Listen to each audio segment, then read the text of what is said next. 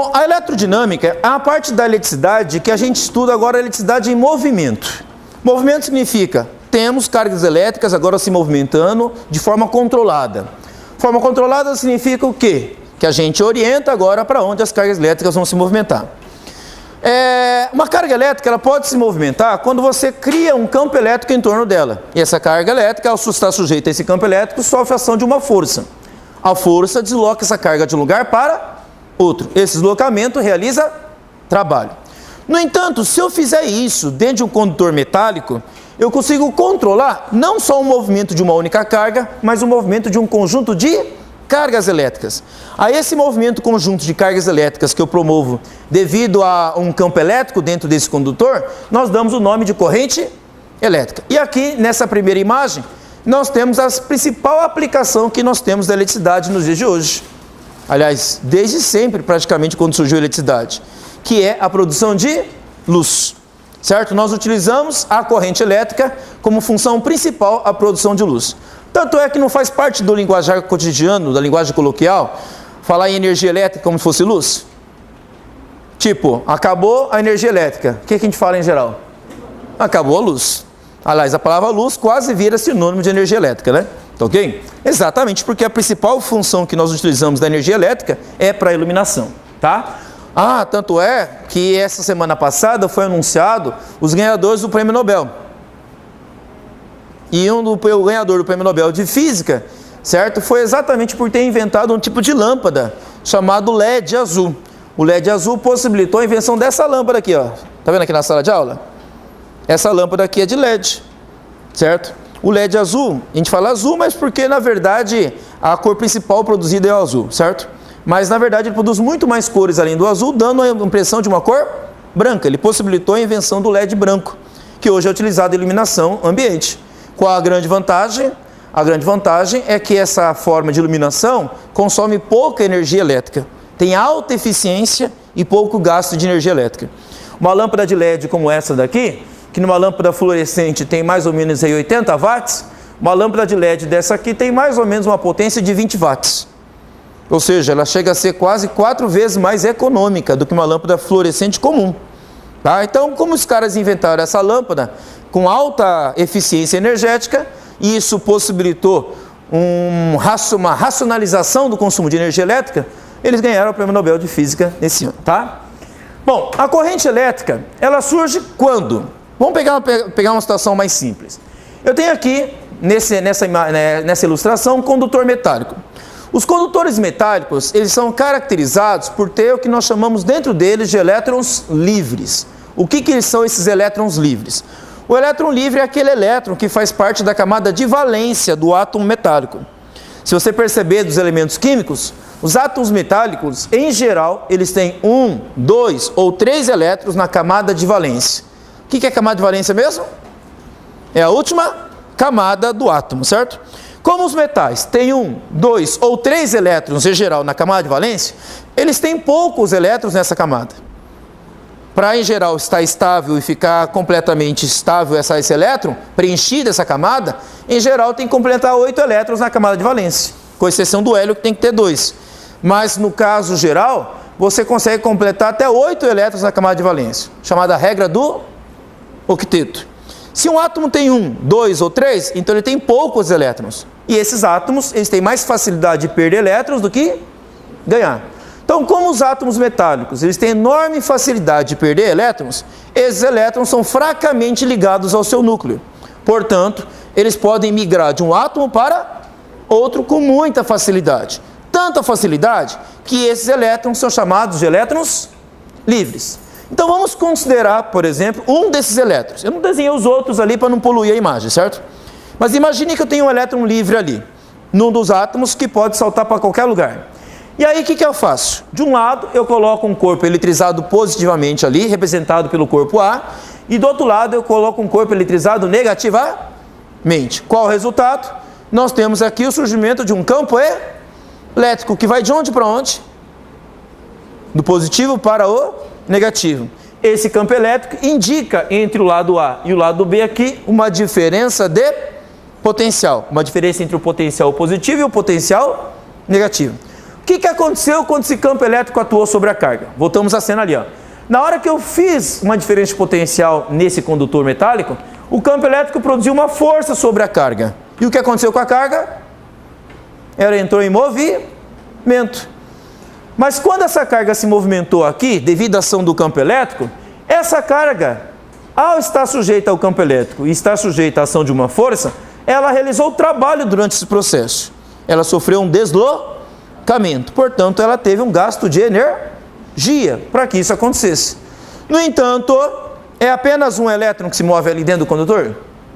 Não, já que o condutor tem um monte de átomos metálicos ali dentro, certo?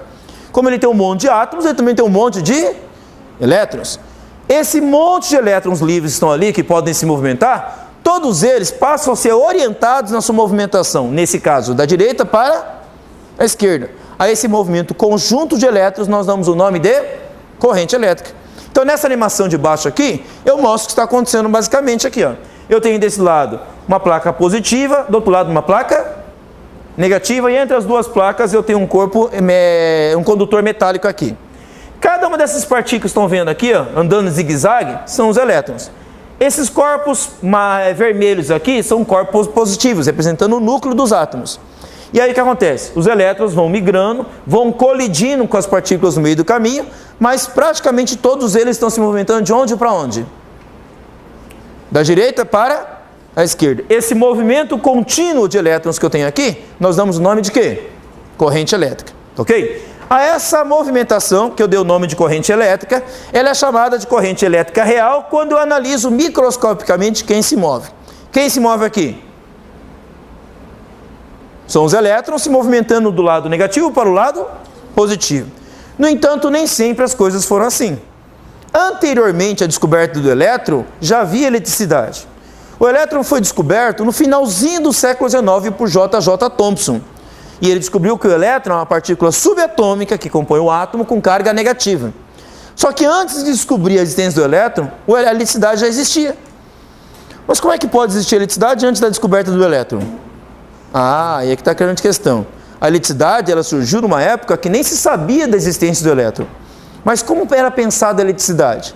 A eletricidade era pensada como um fluido. Uma coisa que escoa de um lugar para o outro. Chamava-se fluido elétrico, essa eletricidade. E essa eletricidade, ao fluir de um lado para o outro, os físicos imaginavam que era um fluido que escoava como a água. A água não escoa de um lugar mais alto para um lugar mais baixo?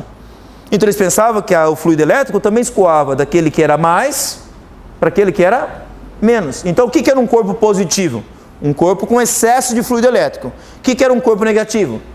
Um corpo com falta de fluido elétrico. É como uma caixa d'água cheia e uma caixa d'água vazia. Se eu ligar uma caixa d'água a outra, a água vai de onde para onde? Da mais cheia para mais vazia, daquela que está mais alta para aquela que está mais baixa. Então pensava-se que a eletricidade nessa época fluía do mais para o menos. No entanto, no final do século XIX, apesar da eletricidade já existir, ok? J.J. Thomson descobriu o elétron. E descobriu que eram os elétrons que se movimentavam dentro da estrutura metálica. E aí descobriu-se que a corrente elétrica, na verdade, é formada de partículas minúsculas negativas se movimentando dentro do condutor metálico. Mas essa descoberta só fez concluirmos que a corrente elétrica, na verdade, é no sentido contrário ao que era pensado. Mas e daí? E daí que na época foi descoberto que a corrente elétrica real ela é contrária ao que era pensado? Bom, o que era pensado continuou sendo pensado. É uma questão de convenção. Então a ideia de que a corrente elétrica vai do mais para o menos, até hoje ainda é utilizada, numa analogia à corrente elétrica, à corrente d'água, que vai do mais para o menos, que vai do mais alto para o mais baixo.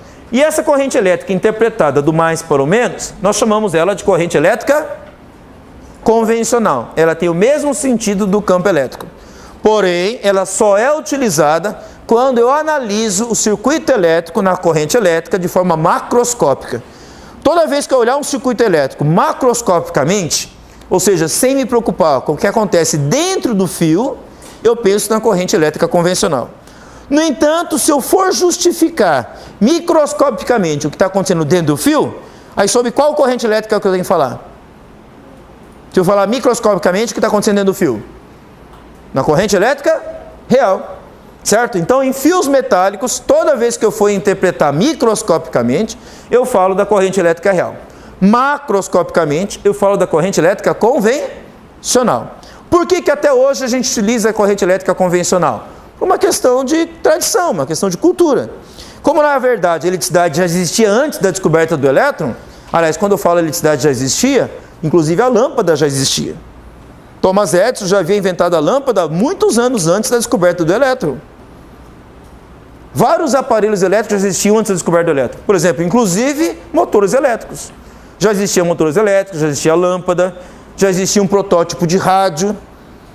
Ok? Inclusive o aparelho que permitiu J.J. Thomson descobrir a existência do elétron é um protótipo de um aparelho que deu origem à televisão de hoje. Então a eletricidade já era uma ciência muito avançada na época que descobriu o elétron. E naquela época interpretava a eletricidade como sendo um fluido. Como todo mundo pensava dessa forma, continuou-se pensando. De maneira, pelo menos, convencionalmente aceita. Tá? Então nós temos duas correntes elétricas que nós trabalhamos dentro da física. A convencional, que é na abordagem macroscópica, e a real, dentro de um fio aqui, que é a microscópica. Tudo bem até aqui? Mas temos que tomar um cuidado. Qual é o cuidado? Interpretar que a corrente elétrica real é formada apenas pela movimentação de elétrons. Isso é verdadeiro se eu pegar um condutor metálico, por exemplo. Mas se o condutor não for metálico, e se ele for, por exemplo, nem sólido, for um líquido ou um gás? Como assim um condutor líquido ou gás? Nós temos substâncias sim que podem conduzir eletricidade sendo líquido ou gás. Exemplo, soluções. As soluções podem ser tanto líquidas quanto gasosas. E quais são os tipos de soluções que existem? Quais são os tipos de soluções que existem? Soluções ácidas, básicas e salgadas. Você pode solubilizar um ácido, uma base ou um sal. Exemplo bem conhecido de solução salgada. Hein? Bem conhecido de solução salgada. Que sal que eu uso? NaCl. Exatamente, cloreto de sódio em água. Ok? Tá? Mas antes de eu chegar nessa história da solução, aqui eu tenho uma simulação que mostra um pouquinho o que acontece com os elétrons, tá? Uma simulação, tá, gente? Do que acontece. Aqui eu tenho uma prancha com vários pregos enfincados nessa prancha, representando os átomos fixos na estrutura do condutor, e aqui bolinhas são soltas. A altura que é colocada a rampa simula a diferença de potencial, ok? Ele vai soltar as bolinhas e as bolinhas vão descer essa rampa. Fica olhando ali no vídeo, ó. Era para rodar o vídeo. Isso. Olha lá, o que está acontecendo com as bolinhas? Elas estão descendo? Estão ou não estão? Nesse caso, quem faz o papel do campo aqui elétrico é o campo gravitacional. É a gravidade que faz o papel do campo elétrico. No entanto, as bolinhas estão se movimentando. Elas se movimentam devido à ação de um campo gravitacional. Na eletricidade, os elétrons se movem devido à ação de um campo elétrico. Os pregos que foram fincados ali na rampa fazem o papel dos átomos no meio do caminho. Então os elétrons vão se movimentando, vai trombando, mas vai trombando em tudo que existe no meio do caminho. Essas trombadas, elas facilitam ou dificultam a movimentação das partículas ali? Dificultam. Resultado, surge atrito. E se surge atrito, gera uma das consequências principais da corrente elétrica. Um efeito chamado efeito Joule, que é a produção de calor. A energia elétrica pode ser transformada em calor devido a essa dificuldade que os elétrons encontram ao atravessar um condutor, colidindo com os obstáculos no meio do caminho. Essas colisões geram um conceito chamado resistência elétrica. Resistência elétrica é a dificuldade que os elétrons encontram ao percorrer o interior do condutor, colidindo com tudo que há no meio do caminho. Essas colisões geram atrito, e o atrito gera o quê? Esfrega as mãos. O que o atrito gera? Calor. Chamamos isso de efeito Joule. E nós temos muitos aparelhos em nossas casas que fazem isso, né? Você produz corrente elétrica e ele esquenta. Exemplo. Que aparelho na sua casa você produz corrente elétrica e cuja intenção objetiva é de esquentar? Hein? Chuveiro elétrico, ferro de passar roupa, sanduicheiras, não é? Certo? Fornos elétricos, prancha de cabelo, certo? Secador de cabelo. Nós temos vários aparelhos elétricos residenciais cuja função deles é aquecer com a corrente elétrica. E é uma consequência direta do movimento dos elétrons e da resistência elétrica no condutor, tá? Mas no caso da solução que eu falei para vocês, eu vou exemplificar aqui ilustrando o que acontece numa solução. Aqui eu tenho uma solução iônica, que pode ser ou salgada, ou básica, ou ácida. Se eu pegar, por exemplo, uma solução de NaCl, eu vou jogar ali dentro o sal de cozinha, que é o NaCl, e ele vai solubilizar na água. O Na separa do Cl, fica Na mais, Cl menos. Então, cada bolinha positiva aqui é como se fosse o sódio, o Na mais. Cada bolinha negativa aqui representa o Cl menos. Então, estão todos aqui solubilizados na água. Pode ser uma solução de ácido também, tipo HCl, ácido clorídrico. Se eu colocar na água, o H separa do Cl, fica H mais, Cl menos. Posso pegar uma solução básica, do tipo soda cáustica na água, NaOH. Coloca na água, fica Na mais, OH menos. Então, toda vez que eu colocar uma solução ácida, básica ou salgada dentro da água, essa solução vai ser uma solução iônica, formando íons positivos e negativos.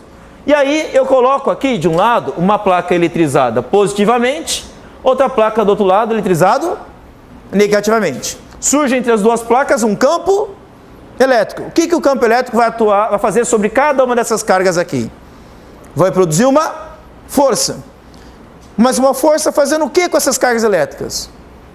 Produzindo movimento através da solução. As cargas positivas vão para onde?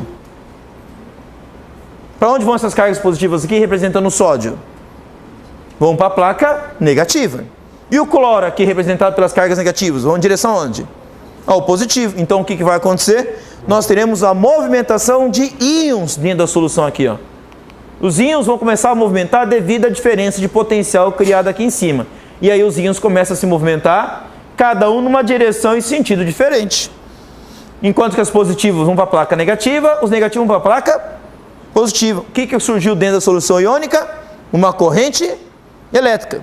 E nesse caso, quem se movimentou? Foram elétrons? Aqui eu tive uma movimentação de elétrons? Não, aqui eu tive uma movimentação de quê? Íons. Íons são átomos eletrizados, e não elétrons. São átomos eletrizados. Átomos tanto positivos quanto negativos. Um deles perdeu elétrons, o outro deles ganhou elétron. Quem ganhou ficou negativo, quem perdeu ficou positivo. E aí eu tenho átomos se movimentando ali na forma de íons. E aí eu não posso dizer que nesse caso a corrente elétrica foi movimentação de quê? De elétrons. Quem se movimentou aqui? Íons. E nesse caso a corrente elétrica foi dada pela movimentação de íons e não de elétrons. Então eu posso afirmar que toda a corrente elétrica é feita pela movimentação de elétrons? Certo ou errado essa afirmação? Toda a corrente elétrica é formada pela movimentação de elétrons. Está errado, porque nesse caso não foram elétrons, nesse caso foram íons, tá? Então como é que seria a afirmação correta? Toda a corrente elétrica é formada pela movimentação de cargas elétricas ou de portadores de carga elétrica. Devido a quê? A uma diferença de potencial entre um polo positivo e um polo negativo. Se for um fio metálico, é a movimentação de elétrons. Se for uma solução, é a movimentação de íons. Aqui nesse videozinho eu vou mostrar um exemplo disso. Aqui eu tenho água, onde aqui eu tenho um terminal de uma lâmpada, aqui o outro, certo? E também aqui, essa lâmpada vai estar ligada a essa solução de água aqui, que vai ser despejada dentro dela sal de cozinha. E repara o que acontece quando esse terminal for conectado a esse através da solução salgada, ó. Fica ali no vídeo.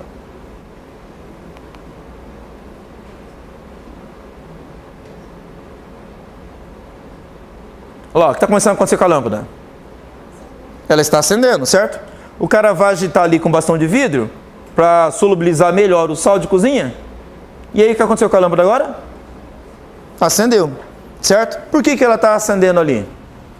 Porque a solução está fazendo passar o que por ela? Uma corrente elétrica, e não é movimentação de elétrons nesse caso necessariamente. Só, é movimentação de íons, ok? Na fiação está movimentando elétrons? Sim. Certo? Mas lá dentro nós temos uma movimentação de íons dentro da solução. Entendido, pessoal? Então, corrente elétrica não é feita só pela movimentação de elétrons, mas sim de portadores de carga elétrica devido a uma diferença de potencial.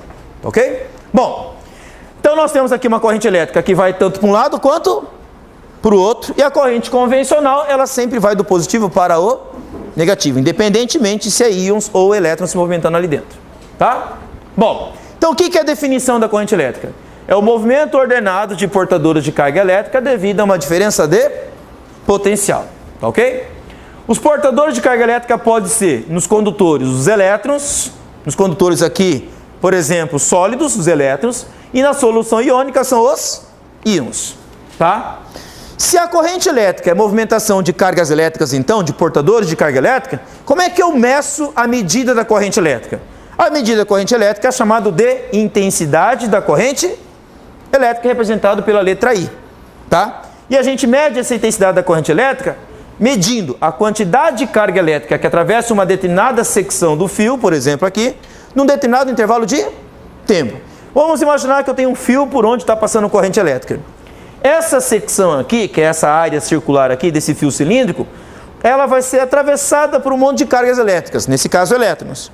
Essas cargas elétricas, certo? Vão atravessar essa secção durante um certo intervalo de tempo. Então, se nós medirmos quanta carga elétrica atravessa a secção num determinado intervalo de tempo, nós temos a medida da intensidade da corrente elétrica que atravessa a secção. I é igual a Q sobre T. Quem é Q? É a quantidade de carga que atravessa a secção. Quem é T? É o tempo que eu estou marcando essa corrente elétrica. E então vai ser igual a quantidade de carga por tempo. Carga é medida em coulomb, tempo é medido em segundo. Então a corrente elétrica é medida em coulomb por segundo. Em homenagem a um físico muito importante que estudou sobre isso aqui, tá? Que estudou bastante sobre o estudo de movimentação de cargas elétricas, cujo nome dele era André-Marie Ampère, nós homenageamos a unidade coulomb por segundo pelo nome de Ampère, representado pelo símbolo A maiúsculo.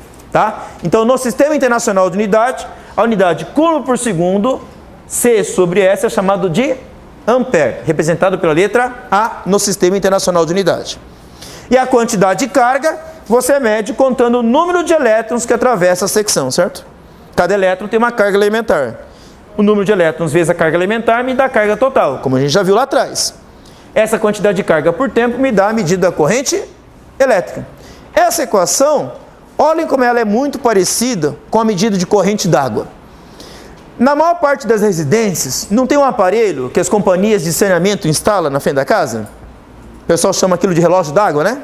Na verdade não é um relógio, porque não marca tempo, né? Mas ele é um medidor de consumo de água, não é? O que ele mede?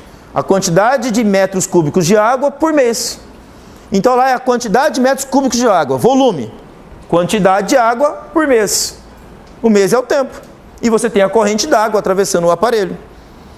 Então reparem como é que essa equação, ela ainda interpreta a ideia de corrente elétrica como se fosse uma corrente de um fluido.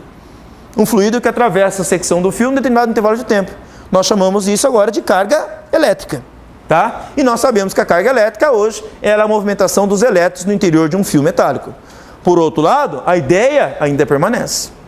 Quantidade de carga por tempo. Coulomb por segundo é chamado de ampere. O que significa 1 ampere de corrente elétrica, então? Significa que atravessa uma carga de 1 coulomb por segundo. 2 amperes, 2 coulombs por segundo. 3 amperes, 3 coulombs por segundo e assim por diante.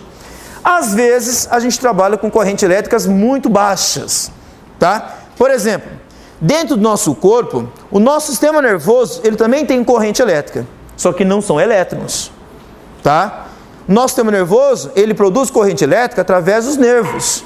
E os nervos conduzem essa corrente elétrica, mas não pela movimentação de elétrons, mas sim pela movimentação de quê, então? Através de átomos e moléculas eletrizadas. Átomos ali são os íons, as moléculas também. Só que no caso das moléculas que ligam um nervo ao outro, que faz a transmissão do impulso elétrico de um nervo para o outro, são chamados de neurotransmissores.